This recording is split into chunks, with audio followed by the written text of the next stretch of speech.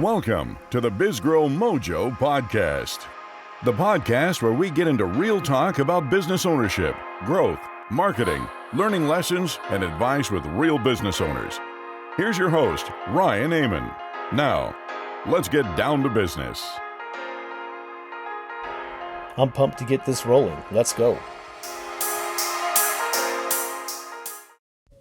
What if I told you that the secret to closing 5-figure web design contracts wasn't in your portfolio, but in doing something most freelancers refuse to do? Today's guest, Marc McDougall, went from struggling freelancer to consistently landing software company clients by completely flipping the traditional sales process on its head. He'll share his unconventional cold email tactics that get CMOs replying, "This is the coolest outreach I've ever seen," why he talks most prospects out of hiring him, and the 3-year YouTube strategy that finally paid off with over $100,000 in client work. If you're looking for new ways to keep your pipeline full, this episode is packed with tactics you can use today. Let's dive in. Well, hey, Marc, appreciate you coming onto the podcast and reaching out to be a part of it. And I'm really looking forward to our conversation here. I think you had some really good topics that you pitched me, and you reached out, and I'm looking forward to getting into those. But before we get too deep into that, maybe we could start just by having you tell the audience a little bit about who you are and what your business does. Yeah, of course. Well, my name's Marc McDougall, and basically I've been doing freelance web design for the last 13 years. So I run a very small design agency of my own. And by agency, I mean it's mostly me. I have a little cat running around back here that gives me emotional support, and occasionally mascot. Yeah, little mascot. Right on. It's good to have a fellow digital marketer on the podcast. I'm looking forward to getting into some topics here with you. It's a little bit different, pace than some of the guests I've had, and it should be exciting. Should be good. Yeah, I'm fully expecting to come away with 10 or 12 tidbits of my own here to implement. So, looking forward to it. Well, what inspired you to kind of get into doing what you do now? Long story short, I was employed in the corporate world for about 2 years, and it was all right. It was good money, but the work I was doing felt a little bit, it felt like no one was ever getting any true value from what I was doing. It was mostly internal projects that were dashboards and stuff like that. I didn't like it. So pivoted completely and started doing freelance Android development, and realized pretty quickly no one needed that. So I was just like, okay, everyone has a website. I'll figure out how to do that and sell that instead. And then I did that, and then have slowly pivoted towards doing mostly full service stuff for software companies these days over time. But yeah, I was just kind of sitting in a void of meaning in my life and wanted to do something more impactful. I feel like that's the typical entrepreneur story, right? Like I want to make something of myself, and somehow able to pay the bills for 13 years now. So it shocks me every year that I'm able to keep going. Yeah, that's amazing. Yeah, it's good to hear that you've been able to get established and get things going and keep them going. What type of websites do you develop? Do you develop on a specific platform or? Yeah, I mean, it really depends on what the needs of the client are, but the client needs are usually these days WordPress or Framer. Those are the tech stacks I typically work in. But most clients, when they come to me, we'll have a conversation about what they need. Ironically, and maybe we can get into this a little bit later, most people that work with me, I end up talking them out of hiring me because most small business websites are like horribly unprofitable for the business owner, But yeah, long story short, it's mostly like really high touch, custom bespoke themes in WordPress and Framer. Okay. And you work with a lot of SaaS companies? A lot of software companies. Yeah, that's I've just kind of drifted towards that industry because software companies in particular, as you know, like their website is their lifeblood. It's really an important asset to them. A lot of small business owners could be using their website as an asset, but it's mostly just brochureware. They feel like they have to have one. So very different sell. Yeah, I'm very familiar with that concept. I mean, there's just so many, especially local service businesses that underutilize their website. They look at it like a digital business card, and it's like you could turn that into a lead generating asset if you applied some things to it and built out your search engine optimization and your content and did all these things. But yeah, I totally understand where you're coming from there. So how was your business profitable? Like, what are the things in your business that you find make you be able to keep paying the bills and keep moving forward day to day? Yeah, well, the more profitable stuff is kind of the high leverage consulting stuff. So, for example, if a software company is having difficulty with, they're experiencing some kind of business problem. Usually that's there's people churning out of their product or there's no one signing up from their paid ad campaigns through the landing page. Um, Oftentimes, they could solve it by just hiring someone or an agency to come in and like rebuild the whole thing, or you could hire someone like me to just audit it and tell them what to do. So those are the most profitable projects for me, where I come in and I'm just like spending a week looking at everything and then saying, hey, here's what you should do. And then the implementation projects beyond that are where, okay, here's what you should do, and I can help you do it, and here's the price and all that. Those are like much more rare, but they're the high revenue ones, but low profit, and the audits themselves are mostly the profitable ones. I hope that answers your question. I don't know if you're asking about revenue or profit there. No, that's good. Do you find that you kind of gravitate toward liking to do the audit and consulting, or do you find yourself liking to do the ongoing work and the implementation better, or do you not have a preference? Yeah, I mean, it wanes and waxes based on which type of work I have coming in. I find if I'm doing lots of high level stuff, I tend to want to do the implementation stuff. And if I have lots of implementation work, it's a constant yin yang. From one or the other? Yeah, I mean, I'm sure from being in the trenches, if you've got like 5 projects you're going at once, you think, man, I just want to like get some time to think about something and just look at someone's website for a couple of days and think about it deeply. It's a very different type of deep work. Yeah, yeah, absolutely.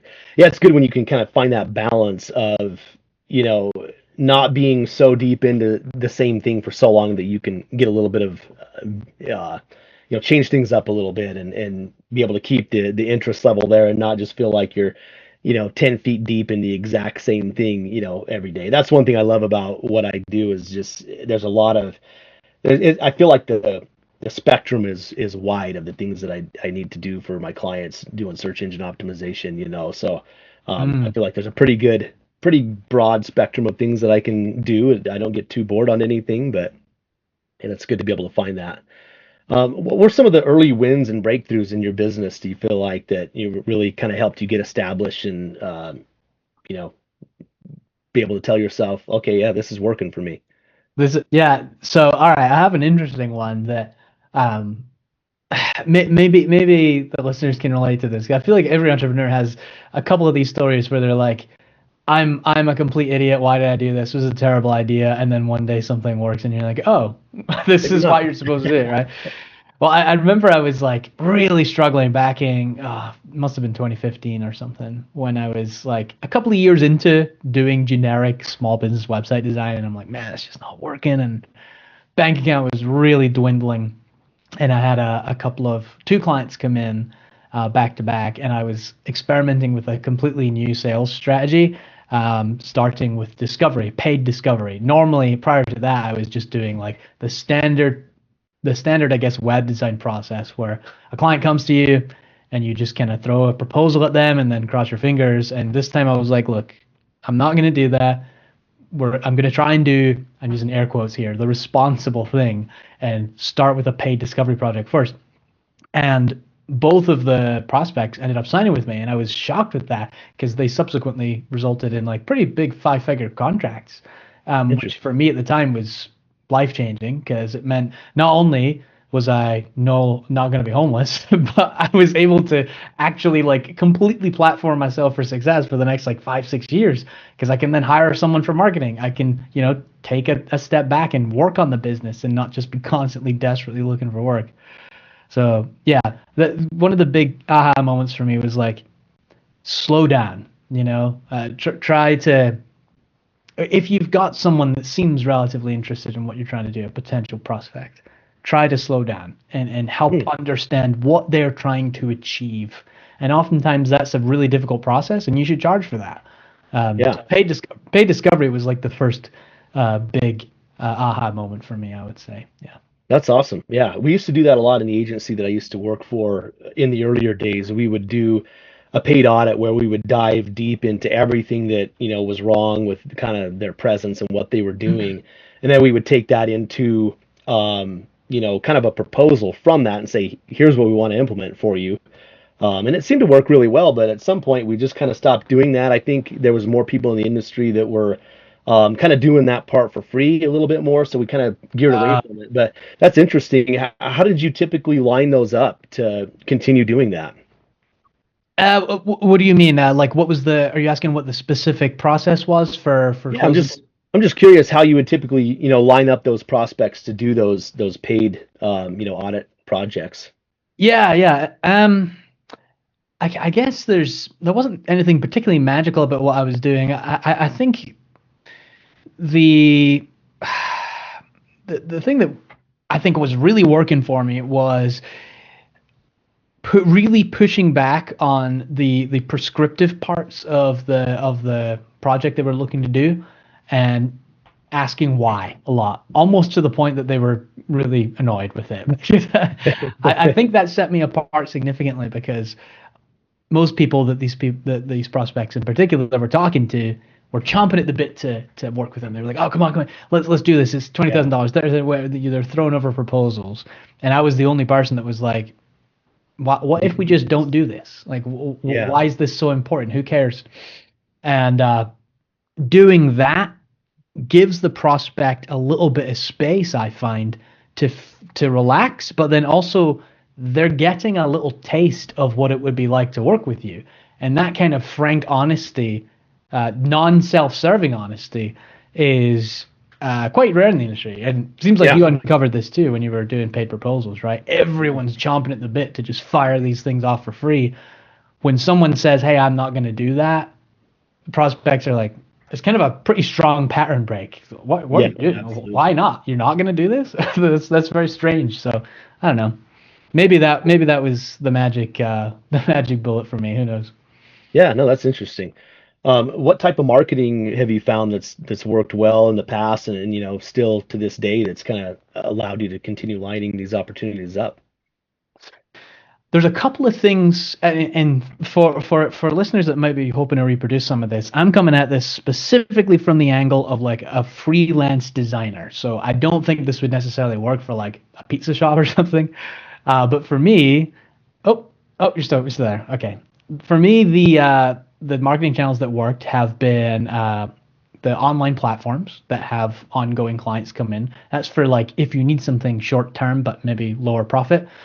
Things like Upwork, Codable, TopTal, those spots. Cold email outreach has been surprisingly effective for me throughout my career, and still seems to be to this day. Every year that goes by, I keep thinking the cheesy tactics I use for email outreach are going to get less effective, but they don't. They still keep working somehow. That's awesome. And a little bit of referral marketing. So just really making sure that when you land a client, knocking their socks off completely, and then like helping them help you with referrals, making it super easy to send you new work. And I mean, we can go into any of these in detail. I don't want to derail the agenda here, but yeah, there's a lot of nuance there I can unpack as well. Awesome. Yeah, I definitely want to get more into the cold email when we get a little further into this for sure. That you caught my attention with that. It's something I'm interested in. I've been experimenting with a little bit, and I think there's always been an opportunity there, and some people kind of just bypass that and think that it's not viable, and it surprises me as well that it continues to be viable. I know people that have used it pretty effectively, and I have in the past in some different campaigns, and I'm experimenting with some more. So let's get deeper into that in a minute here, but let's talk a little bit more about your business, and what role has your own website played in helping you get business, would you say? Yeah, I would say, ironically, it plays quite a secondary role in my client acquisition funnel. And by that, I mean, I'm not running paid ads to my portfolio. It just exists in the ether, and occasionally people find it if they're looking to work for me, and then it acts as like a trust builder. Precisely, yeah. It helps to move them through the funnel in a less quantitative way.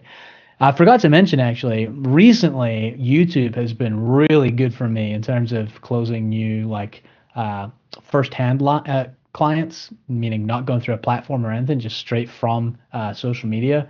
And there, my website's really useful because it helps to set the stage for my offer. But more or less, I think my website and really a lot of small business websites are just kind of there to validate that you're not some random fly by the night practitioner. You're a serious Yeah. dude. Yeah. Yeah, it just kind of validates that, yeah, you're a real business and not just somebody that's going to disappear with their money. Yep. Yeah. Have you found any systems or tools that have, kind of helped you in your business and keep things running smoothly or automate things that have been really effective for you? I use a little bit of automation for cold email follow-ups specifically, never for the first email. And then like other than that, just generic scheduling stuff for YouTube and a lot of the editing I do for my YouTube videos. It used to take me like 30 hours to do a single video, which is just totally not practical if you want to live a normal human life Right. and also do a full week of freelance work. So I have a whole bunch of like AI stuff that will automatically cut out all the ums and ahs from the audio and stuff. Other than those two domains, I don't really use very much automation. I probably should, but I don't. Yeah. Yeah, I hear you. There's so many tools. It's like you can get buried in them and spend more time messing around with tools and actually getting anything done. It's hard to find that balance of like, am I using the tools that are actually helping me progress, or am I just getting bogged down with tools? There's just going to Yep. be, especially when it comes to AI. There's no shortage of new AI tools coming out every time you turn around, it seems like. Yeah, Google swallows up a new industry every other week, it seems. Someone's been Right. building something for 5 years, and then Google's just like, oh yeah, we just do that for free now. Yeah. Yep. Yeah, and the AI results, I have mixed feelings about that because, from what I've seen, there's good things and bad things to it. It's like they're taking so much search away from websites by just providing an answer, but people are still digging into the Yeah. results and clicking the links. It's just kind of different, but I still feel like there is a little bit of a loss for sure, overall with the type of websites that can perform. I mean, there's just so many informational websites. You used to be able to sell products and provide really good answers and information to, all sorts of topics that now the AI overview is just giving it away for free. And yeah, Yeah. some people still will click further because they want to do more research. But I mean, if you think about how many times have you asked a question and got an AI overview and been like, yeah, that's good enough to answer my question and not clicked into anything. It's like Yeah. how much loss is that creating for so many businesses out there? But just got to continue evolving and finding new ways to get the traffic and do things with it, I guess. It's shocking, and I mean, yeah, the Gemini overviews are really cannibalizing a lot of Yeah. clicks. But every time I use AI to generate something like a recipe, which is clearly just parsing from all the recipe blogs, the recipes are really bad. So there's still, humans are still needed in some domains, right? For Clearly. sure. Yeah, and I Uh, can tell a lot of the AI overview answers is like you're not understanding what I'm asking, or there's more I need to look into with this. I'm not satisfied with what you're mhm. telling me. I can tell this is pretty surface level too, So yeah, how long it'll be before that's not the case, I don't know, but time will tell, I guess. I'm banking that we have at least until 2030 to figure things out before the whole knowledge space or the whole knowledge worker Years. domain is automated, Yeah. We got 4 good years left. Fingers crossed. Yeah. Yeah. Well, how has, just being a business owner impacted your life and just, running a business and not working for, some other big company, would you say? Mm. Yeah. So I would say it's probably had a profoundly positive impact in ways that I didn't think it would. Like when I first started this, I was under the impression I'm sure everyone that started a business can relate to this. I had this spreadsheet where I was like, okay, I want to make $1 billion by the time I'm 35, and I just like parsed it all out by the year, and then obviously that didn't happen, right? But what did happen is I kind of have grown tremendously as a person, so much more than I think I would have if I was in a standard salary role. Now, maybe I'd be more financially happy, right? But I wouldn't understand why people buy things, how the economy works. Um, how to price something, how value works. I certainly wouldn't have grown nearly as much as a designer as I have. I feel like it was really easy when I had the corporate gig to just phone it in every day and take the paycheck. And now I'm kind of forced to evolve because my competitors are just going to eat my lunch if I don't. Yeah. So yeah, profound personal growth. Maybe not as lucrative as I was hoping, but maybe that's coming in the next 5 years. We'll see. Yeah. Yeah. And at least you're, building something for yourself instead of somebody else, There's and an asset, yeah. when that does come, it's going to be, a lot more profound. Hey, hmm do you feel like you've achieved success in your business right now, or what does that look like for you? Uh, yeah, success to me really is having personal autonomy to do what you want when you want, um, That's huge. and then being having financial security, right? Those two things together, I think if you have those, you've kind of won life. Yeah. Um, and I'd say I'm definitely getting there, right? I definitely have. Uh, the phrase is the phrase you can be, I guess you are your own worst boss or something. I have fallen into that trap many times throughout my 13 years doing this, where I'm just like, okay, maybe I'll watch an extra hour of YouTube today, and then, oh damn, I've watched 4 hours of YouTube and I haven't been doing the outreach I need to do. So yeah, definitely getting there. I feel way more I guess proud of myself as a person than I think I would have with the salaried spot. But uh, yeah, constantly Yeah. growing, constantly learning. Yeah, you have to. You just have to, be so much more well-rounded, I feel like, to, own your own business, because who's going to do the other things that you weren't focused on, before? You get so, into the weeds in a certain area, which can be good, but at the same time, like, I think it's also good, as a business owner, especially like a solopreneur, to understand and hone in these other things like, closing sales and so many other hmm aspects of a business, that you look at it from a different perspective, that I think really makes you better at almost anything else that you're going to do in a business, because you're looking at it from that angle of like, how does this all come together and make money? Whereas you're working for a corporate job, a lot of times you don't think about that. It's just like, I'm just going to do my Yeah. thing. Who cares if this is actually profitable in the scheme of things? I'm getting paid, so whatever, and you just overlook some things. Oh, absolutely. The mindset shift has been really significant for me. It's really put things into perspective. And if I ever do end up in a position where I have another salary job, man, I'd be so much more appreciative of it now because I know what people are doing behind the scenes to enable me to just Yeah. log on, do my design stuff, and then log off, right? All the operations, all the marketing, all the sales, all the admin, all the accounting, all that stuff. It's so much, Yeah.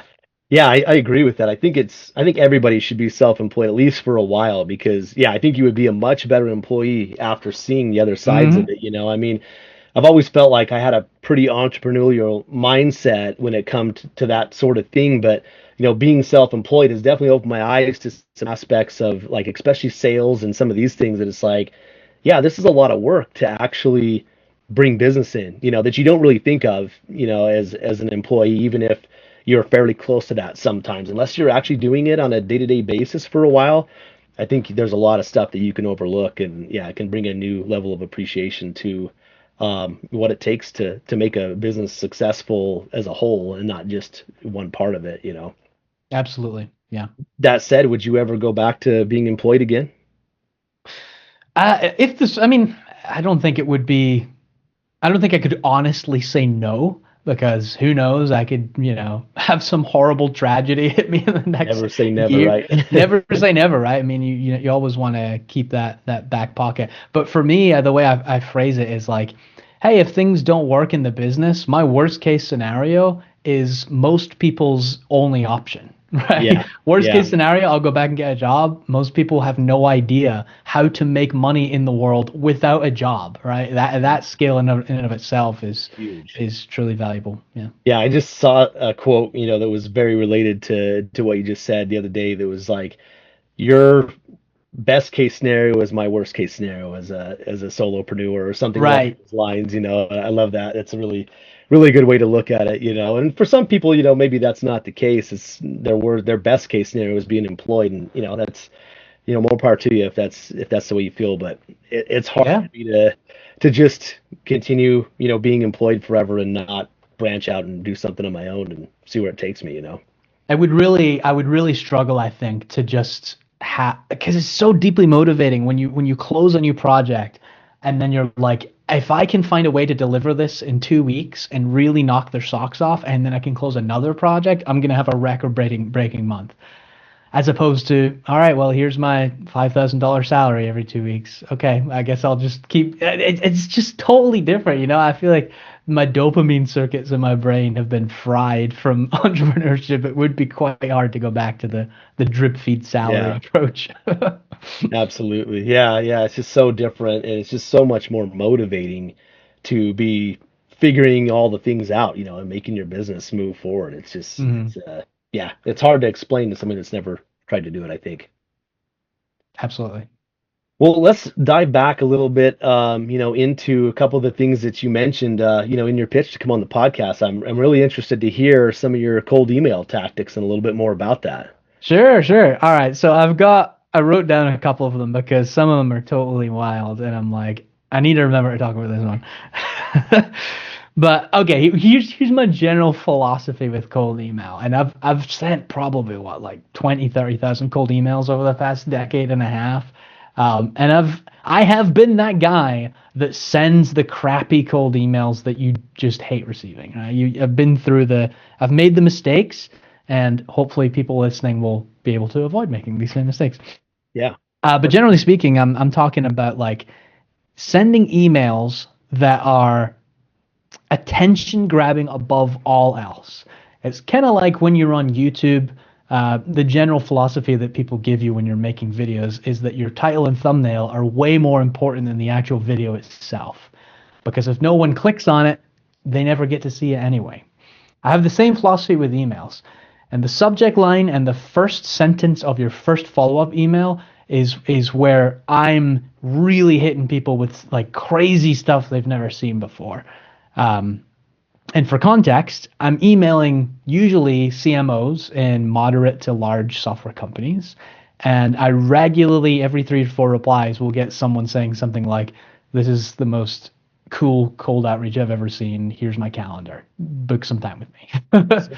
Yeah, real quick, you mentioned something. You said the first follow-up email. So are you talking about the first line of your second actual email to somebody?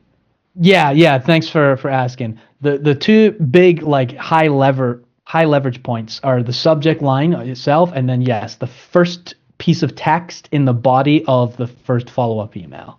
So more important than the very first email, do you feel? Yes, Okay. by a long shot.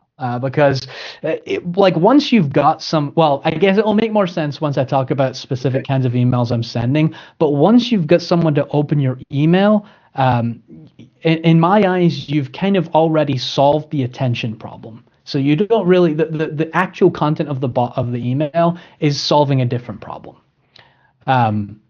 But yeah, getting that click is what I'm trying to solve with the subject in the first line of the first follow-up.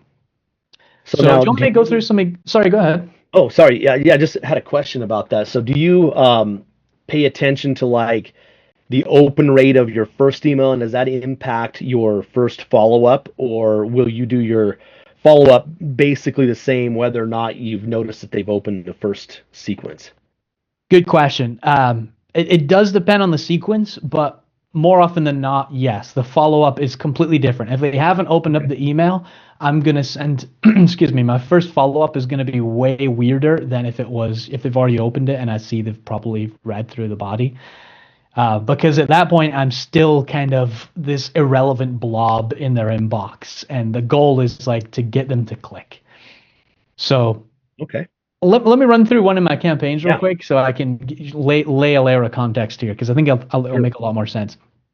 So I have 3 like campaigns I want to go through, but I'll start with this one because it's been like the most effective, and we can maybe pick it apart for a little bit. Awesome. And the subject line, I've tried hundreds of different subject lines and ways of phrasing this, but it's just you always include the prospect's first name. You mess around with capitalization to throw off the way it looks in the email inbox, and you include some kind of how can you describe it? You kind of create a curiosity gap with the subject line. So one I like to use, and you might be familiar with this one, is, hey, first name, I made you a video, right?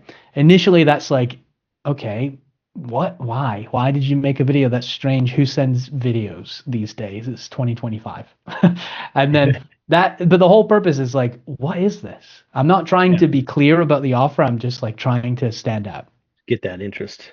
Yeah, get the interest. And when they click, the body of the email is very short, very curt, and has a thumbnail of me holding a whiteboard with their name, waving at the camera. And the tool I use for this is loom.com, which allows you to put animated GIFs in the body itself as the preview for the video. So people will see, if they don't have security blockers and stuff on their email, a picture of me holding a whiteboard with their name on it, waving at the camera, so they know that it is actually a real video that I made for them and not some generic slop you're sending to thousands of people. Do you have any problems getting the animated GIF to go through emails, like when you're cold outreaching like that? Do you have an issue with them getting kicked back because you've got, like, an attachment or whatever in the email itself? Yes, that is a problem, and I try and combat that in the follow-ups. So I'll talk about that a little bit more when I get to the follow-up. But yes, that is a problem, because it is kind of sketchy. Like, if you've never seen someone before and they send you a thumbnail of their face and you're just like, who is this weird part? Who's this internet stranger emailing me with my name on a whiteboard? It's a little creepy, right? So, but that's the whole point. It's like, you're trying to stand out in a sea of thousands of samey emails. Got my attention. Hey, there we go. I'm glad. I'm glad it still works. I've been doing this for years and years, and I talk about it on podcasts every now and then, and people don't seem to do it. I guess it is a little harder than just sending generic text, because you have to put a little bit of your soul into the email. Yeah.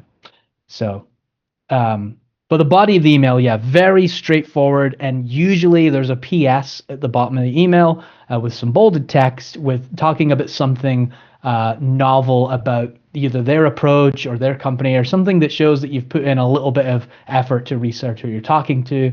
And the PS in and of itself is, again, a pattern break to get people to look through the email, as opposed to just seeing a giant block of paragraph text and ignoring it, right? Yeah. And then the first follow-up email, generally speaking, I mean, you know what the typical follow-up is like. Hey, I'm just checking on what's going on, or hey, Ryan, have you seen this email yet? Right? Yeah. Your brain is just programmed to block that out. So you're not. It's totally useless. There's so many of them. Yeah. Sorry. You just see so many emails like that. Yeah. This day and age. Every single follow-up email is like that. So instead of doing that, I like to do, again, just go straight into pattern breaks. Try and say things in the first line of the email that are just like things you would never expect someone to say to you via email. Now, you can, of course, go off the deep end here and be really rude. I've done that. It gets opens, it gets replies. It doesn't get the replies you want, but it does work. So particularly if you're emailing executives that are used to like high status email behavior, where they're just sending one-line emails to their team, you can hit them with the thoughts ? And oh my God, that works so well. But you're pissing them off. So that you live by the sword, you die by the sword. Line there, yeah. Yeah. The thoughts ? It's so obnoxious. But I'll say things like really short, really curt, to the point. Don't even use their name, because you've got their name in the subject line. It's probably in the body of the email. Just be like, any interest here, or am I screaming into the void here, or something funny or atypical that is, again, the intent is, what is this guy? What's going on? Let me just see what this guy's all about. If they've already opened the email, I default to the standard patterns, right? Like, and instead of any interest here, I'll say something like, seems like there might be a timing issue here, or something, just to imply that I'm aware that they might be somewhat interested, but they're just not in a position to take action right then and there. And then if they don't respond to that, I reduce the follow-up cadence by like a really significant amount. I'm talking 2 weeks, and then I'll hit them with one more, just closing the file type email. Seems like there's no interest here. I'll leave you alone. That email has a really strong chance of getting them to reply if they were ever going to reply, versus any of the other copy I've tried. But anyway, I've been rambling for like 10 minutes now. Hopefully that was clear for anyone, just with the audio there. Interested in becoming a guest, sponsoring episodes, or have suggestions for the show? Check out our website at BizGrowMojo.com. Also, you can sign up for our newsletter where you'll get updates about upcoming episodes and guests, special offers, insights and breakdowns from previous episodes, as well as marketing and business tips you can apply to your own business. Go to BizGrowMojo.com/newsletter. Yeah, no, I think it's very interesting. Just hearing a little bit more about, the specific tactic. Are there any other, types of messaging or, other things that you found that you kind of use maybe as a secondary? It sounds like this might be kind of, one of your primary strategies. Have you found another method that you feel like works well? I have, and it's worth noting that the video email thing is very hard to do at scale. I really only do it in situations where I know that the person I'm emailing can take action in the short term. I'm not emailing like mass market campaigns this way because it's just a waste of time. And strategic projects don't get done because you send someone a funny email. They have to be like provisioned budget and everything. So the other things I try are just kind of crazy, right? Like I used to when I first started this, I would send the generic emails like, you use your name and then the little carrots and then their name and you say collaboration or something. And that's moderately effective. But what I found works way better is kind of fitting a completely unrelated but interesting narrative into the email itself. So for example, in 2020, I was living in an apartment in the middle of, well, I live in Atlanta, so there's a lot of wildlife in the area. And a squirrel somehow made it into my attic and was like chewing my router to pieces. And it was a total nightmare scenario for like 2 weeks. And I'm like, okay, my internet is going to be completely cooked once he gets through the mainframe. How can I make the most of this? So I documented myself trying to go into my attic and retrieving him, and it was just like a series of 5 really interesting pictures of me trying to retrieve this squirrel. And then I just used it in an email campaign, and I sent it to like freaking CMOs of like companies with thousands of employees, and the subject line was, "Hey, first name, I'm trapped with a squirrel here." And like, if you ever receive an email like that, it's just it's such a strong pattern break because you just don't receive emails like that, It's just so random, yeah. You're just gonna think, what the attention. Heck? Exactly that, and that's the whole point. And the body of the email was just a picture of me like wrestling with it wasn't actually wrestling, but it was a series of pictures of me trying to retrieve the squirrel. And the pitch was like, maybe if you hire me, I can afford an exterminator or something. I don't remember the specifics of the body, but you just pivot inside the copy of the email to your offer, right?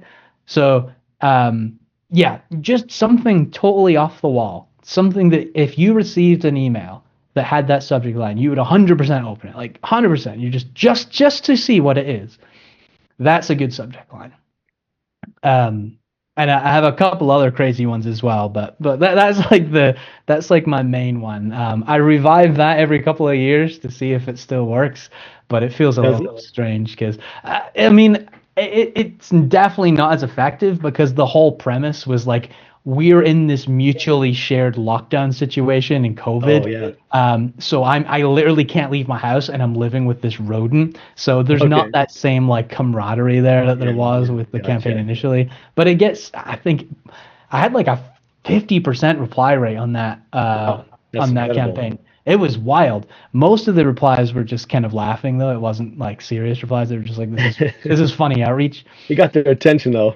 Got their attention, but now it's like 30%. It's like it's way lower and definitely not as positive of feedback as I was getting in the good old era of COVID. Yeah, still pretty good, rate of response for cold email though. I got to ask, as far as making videos goes, how do you scale? Because it seems like it would be incredibly time consuming to do a video for every person that you're reaching out to. But maybe that's the difference, is the response and conversion rate is so much higher that you throw out doing mass campaigns for this. But I'm just curious, like, it seems like it would be hard to get very many emails out without spending a ton of time on it. How do you balance that?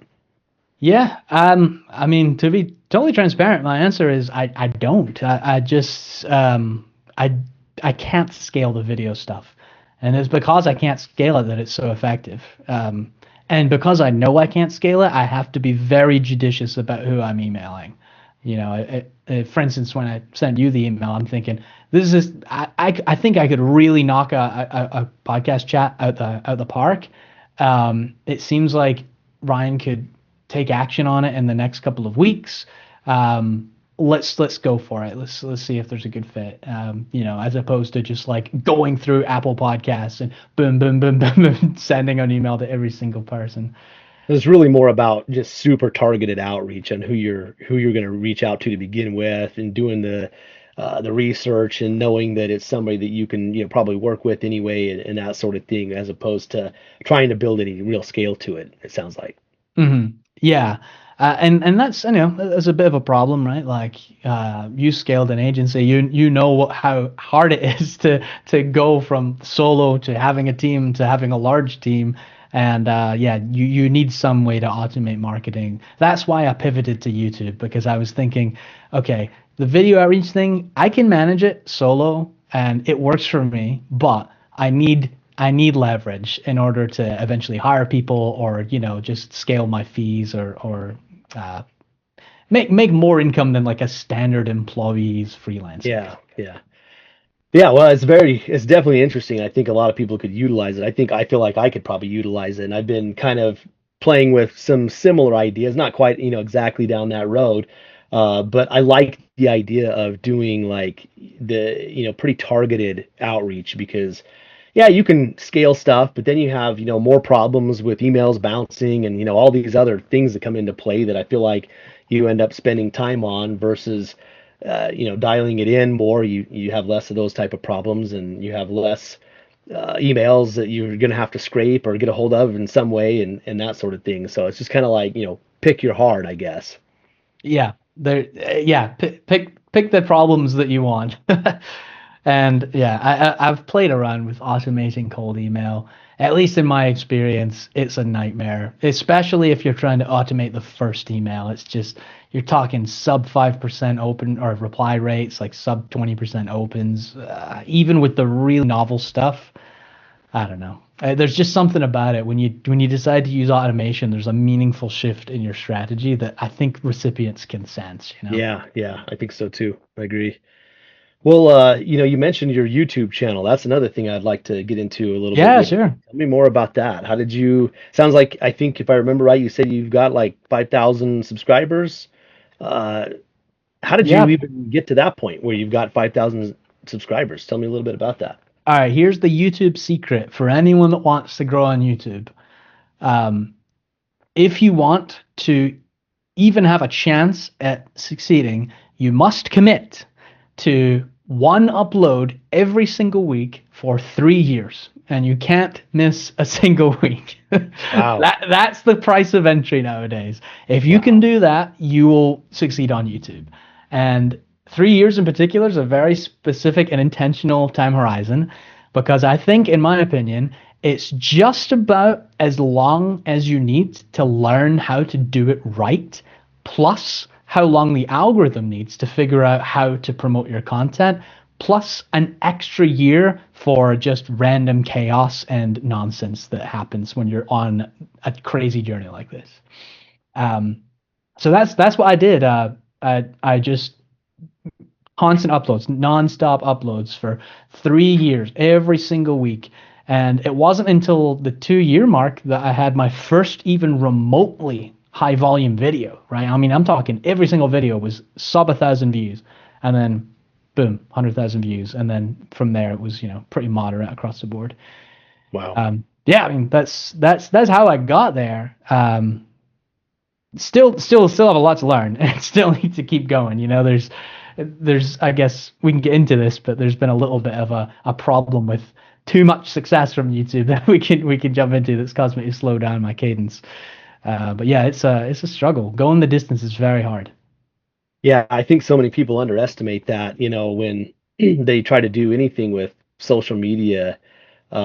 Just they underestimate how much it actually takes to get to the point where you actually are building an audience and the algorithms stop hindering you and actually help you, because I think Yeah. that at this point most of the algorithms are really designed to hinder anybody from getting very much reach that they're not paying for it, until you've just been there for so long that they're like, okay, this guy's not going anywhere. We'll let him reach out there. Or maybe, once you've paid for enough advertising at a certain point, they'll unlock those floodgates a little bit. I'm not sure, but yeah, I've seen that problem. It's difficult to grow any sort of an audience on any of these platforms. I think at this point, it's like the whole goal is to monetize them. So, they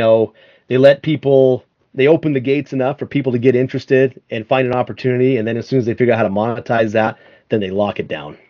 Yeah. Yeah. That's the way it goes. Yeah. Well, yeah. Tell me a little bit about some of the problems that you found from, having some successful videos. Oh, well, yeah, the problem I had, this is pretty typical freelancer problem, right? So I was uploading very consistently 3 years, every single week. I went through the pit of despair for about a year and a half of posting my videos and getting nothing. And then, like you said, the algorithm kind of realizes eventually, okay, this guy's pretty stubborn. He's probably a safe bet. Let's show him some love. And then I had a couple of viral videos back to back, and I got a bunch of client work, and I was able to close about $105,000 worth of client projects from that.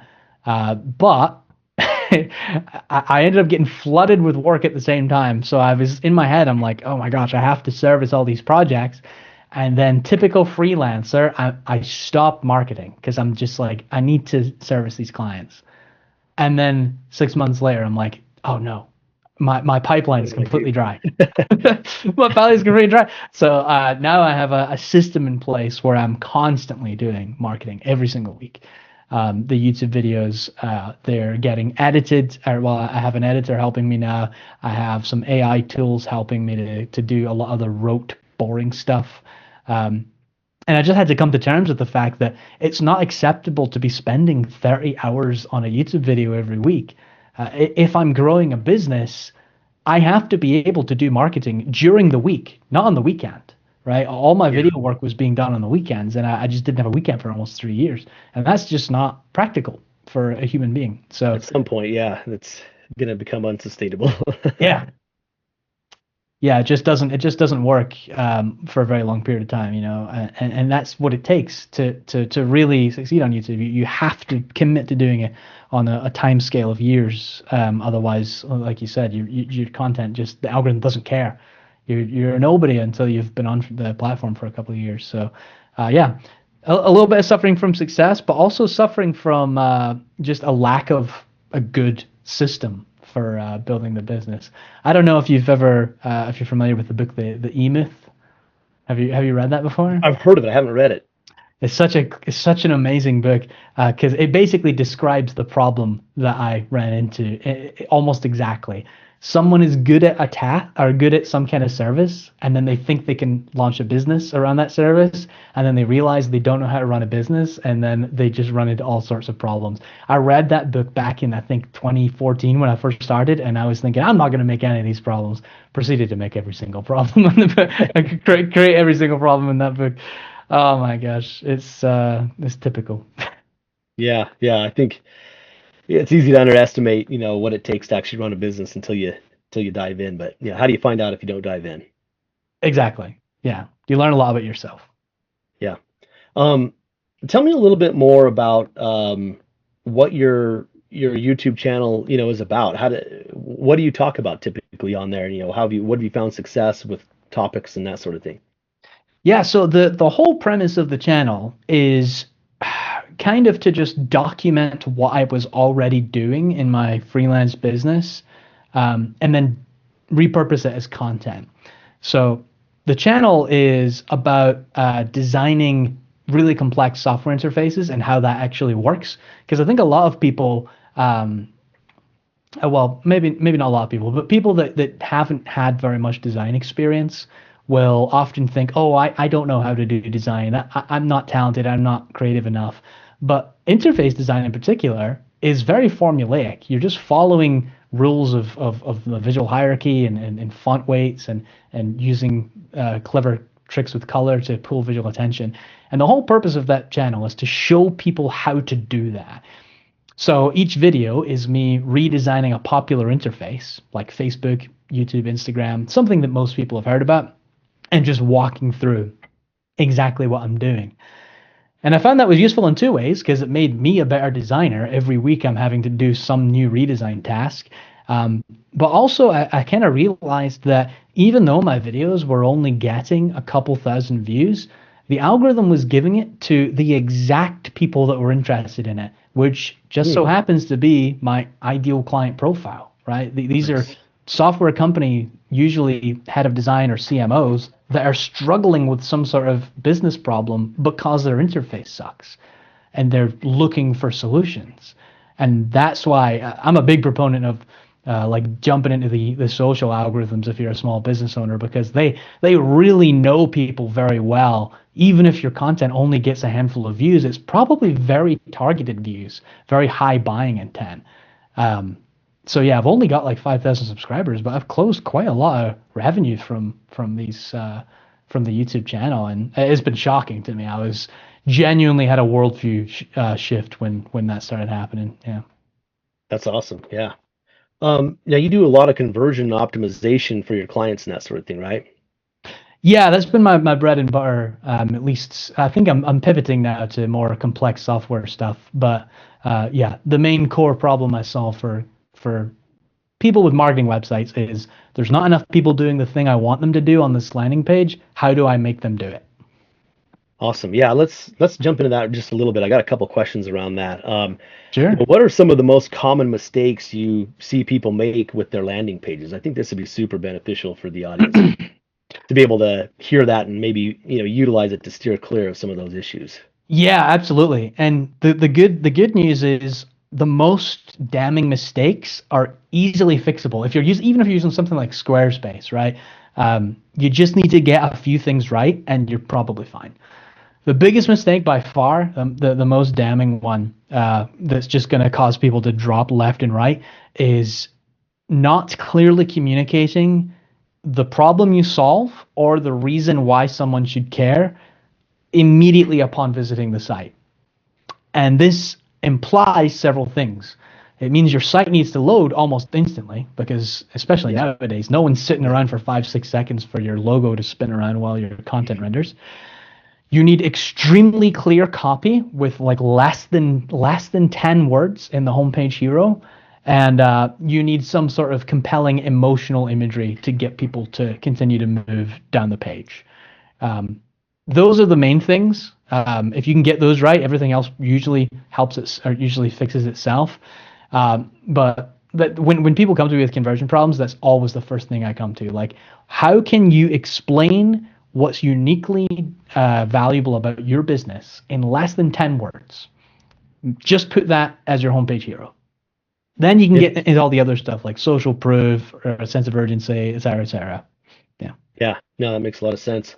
Are there any other low-hanging fruits you can think of that, I mean, you kind of went through some of them right there, but just out of curiosity, is there any other no-brainers that's like, hey, you really should have like testimonials right below this, or just things that you see work really well that you don't see a lot of people doing? Sure. Well, anytime you're asking let me just go through them a little more in a more cohesive way, actually. The first thing, after we get the homepage hero sorted, I often recommend that companies will try to lower the activation energy required for the landing page. So this is actually a problem I have with my landing page, where the call to action is book a discovery call. And you might think, okay, well, it's free, but there's a lot of emotional energy required to book a discovery call with someone. So I'm currently pivoting my site to just give people the ability to type their landing page URL into my website and just have an automatic site scanner, give them free recommendations. In exchange, they sign up for my email marketing newsletter. So there's probably some creative way that most business owners can just give free value for free, genuinely for free, usually with an email exchange, instead of asking them to book a demo or something, right? So reframing your offer to low activation energy so you can get more people into your funnel in the first place. Not obviously. This is definitely not obvious. Most landing pages have way too much text on them. They're written like they're an article, right? And I don't know about you, but whenever I'm browsing a landing page, I'm scanning. I'm looking at the headers. I'm looking at the imagery, the iconography, the buttons. I'm not reading the body text. So whenever I'm consulting with clients, most of the work is just me fighting with them to just say, look, we can't have a paragraph here. It needs to be less than 12 words. And it's so funny because when you're building the product, you're like, but there's so much value. They need to understand. The point of a good landing page is you have to communicate that value without just writing a paragraph of text. You have to communicate it visually. You communicate it subconsciously with your brand. And then, testimonials nearby any call to action so that you reassure people that like you're not just some fly by the night practitioner. You're a real business with other happy humans that have used your product. And those are the big things. We already kind of touched on performance. Getting the site speed loading quickly is like that's low hanging fruit that you just got to do that. There's no excuse. I think that pretty much those are like the big bang for your buck things. Everything else is like way too nuanced for people to like implement on their own. But they generally don't need that unless they're trying to squeeze out an extra 0.1% on a high volume landing page or something. Yeah, it's interesting what you say about, getting to the point with landing pages. And, that's always kind of a struggle when it comes to like search engine optimization because, the landing page a lot of times isn't going to perform in search results with less words. So it's, there's that balance of trying to figure out a way to like kind of build a search landing page that then forward somebody to a page that's really trying to close them. You got to kind of think about that funnel and that process a little bit different. But yeah, no, that's good points because there's always kind of like this internal battle. I feel like with a lot of search engine optimization specialists where they're trying to get the content to perform, but then they're like, well, this isn't getting to the point very well either. Now I need to figure out how to do that and appease both the algorithm and the person that's landing there to actually get them to do something and take that desired action. Yeah, but there's definitely ways to do it. It's such a challenge. And there's more robots than humans browsing the internet these days anyway. No so do you really want to optimize for humans anymore? I don't know. At some point you have to, but I think you kind of got to optimize for the bots and the algorithms first because those people aren't going to convert. They never get to your website to begin with, Unless you got another way that you're bringing them in, then you don't need to worry about that. If you're taking them from an ad to a landing page, then all the search engine optimization rules are out the door because now you can just focus on converting that person and how they're getting there, and it's it's not through search. So exactly. Always a different scenario for every situation, I guess. Yeah, most of my clients are paid search landing pages. Okay, gotcha. And I'm doing a little bit of I'm eating my own dog food, trying to do some of this stuff for my own funnel on YouTube now. So I guess I'll see how that turns out in the next 3 months. It's always good when you can, apply what you're doing to yourself. And that's one thing that, I've done search engine optimization for a lot of businesses for a lot of years now, but it's tricky for myself because it's probably the most competitive space I could do it in, competing with other agencies that do this. Trying to show up, it's almost not even an option because I'm trying to compete nationally, with other agencies that are doing this for all these other businesses. So it's like the most difficult possible scenario you could find yourself in to actually apply what I like to do for people to my own business. So I have to, get a little bit creative and find some other methods too while I'm letting that build on itself, so. Oh, absolutely. And especially these days, you've got agencies using, programmatic SEO stuff where they're just churning out thousands of search engine pages every day, like there's Yeah. so much gray hat stuff going Oh on. yeah. It's like, Oh how do yeah. you succeed as like a virtuous search engine person? It's, Yeah. I don't envy you. It's fun, but it's definitely a challenge for sure. But who I typically focus on is more in local markets, and we're not dealing Mm, with anywhere near that level of competition for the clients that I work with. It's more like local service based typically rather than national campaigns. So it's kind of another ball game, and it's much more approachable and doable to compete in those areas. interesting. Yeah, I've considered local myself, but man, even local, it's so cutthroat. Yeah, it can be, especially in competitive industries like personal injury lawyers. I work for a lot of them, and Mm, it's insane in some of the big markets how much they're willing to spend to compete. Because they have to with other people. They're spending tens of thousands of dollars a month to show up in prominently in Vegas or LA or something like that. But at the same right. time, when they show up first page, it's amazing what it can do for their business. What I've seen, some of these attorneys being able to achieve and in different industries as well, but that's just one of the most competitive ones that I've seen. That's wild.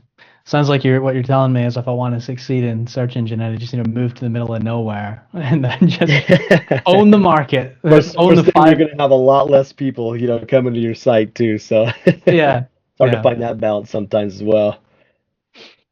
Well, Mark, it's been really good talking with you. You answered a lot of really good questions. Just a couple more before we kind of wrap things up here, sure. and give you a chance to, talk about anything else that you wanted to wrap up maybe too. But, what's one marketing tip you think, all business owners need to know, and you feel like you would love to have learned earlier on um, your progress here with your own business? Yeah. Hmm. I think I really, and this is probably a product from growing up in the generation I grew up in, I really discounted the value of compounding effort over a very long period of time. Um, like when I first started, the reason I got into cold email is the prospect of having someone respond to you the same day and then book you the following week. But what I've learned with YouTube and pretty much every other platform I've tried to grow, um, it seems to be the people that win. They do two things. They build a system that works for them that they can rely on, so they're not constantly tapped for motivation. And then two, they just do little things every single day for extraordinary long periods of time, as opposed to really intense Herculean efforts for a month. And maybe this is a guy thing. I prefer doing the Herculean stuff. I feel like a hero, but then I'm burnt out and I'm useless. So if I could talk to old me or young me, I would say, hey man, chill out. Just send like one email a day for 3 years or something, as opposed to 100 emails a day for a month.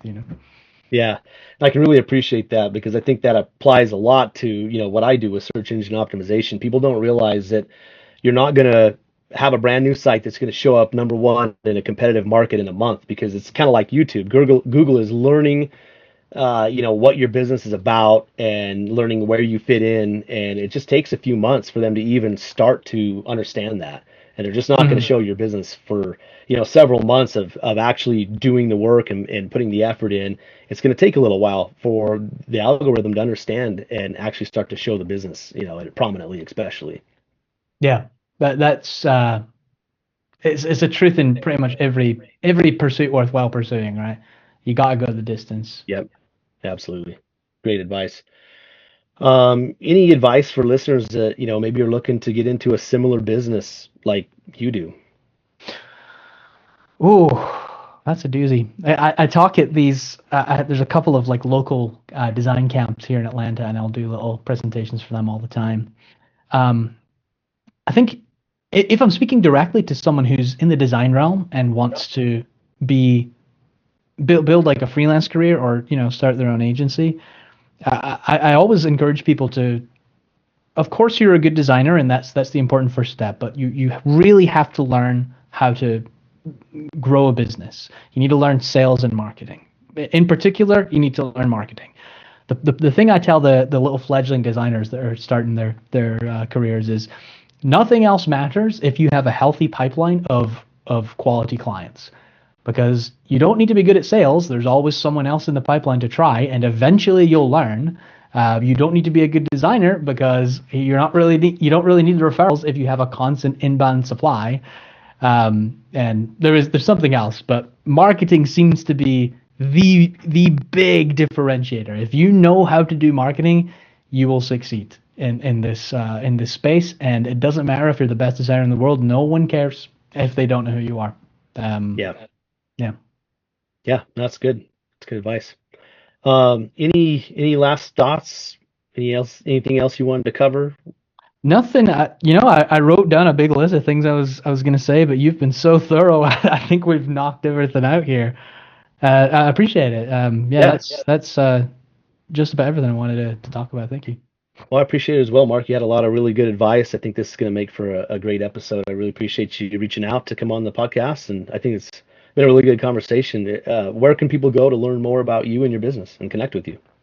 If you guys want to see some of my more crazy experiments and stuff, you can go to marcmcdougall.com. That's MarcMcDougall.com. Weird name, half French, half Scottish.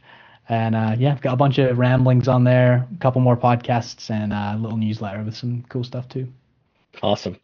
Well, I appreciate it, Mark. It's been a really good time. Thanks for coming on, and best of luck with all your efforts in your business moving forward, and look forward to speaking again soon, hopefully. Thanks, Ryan. Been a pleasure. You've been listening to the BizGrowMojo podcast with Ryan Amon. Make sure you like, follow, and subscribe so you don't miss an episode. Thanks for listening. We'll see you next time on the BizGrowMojo podcast.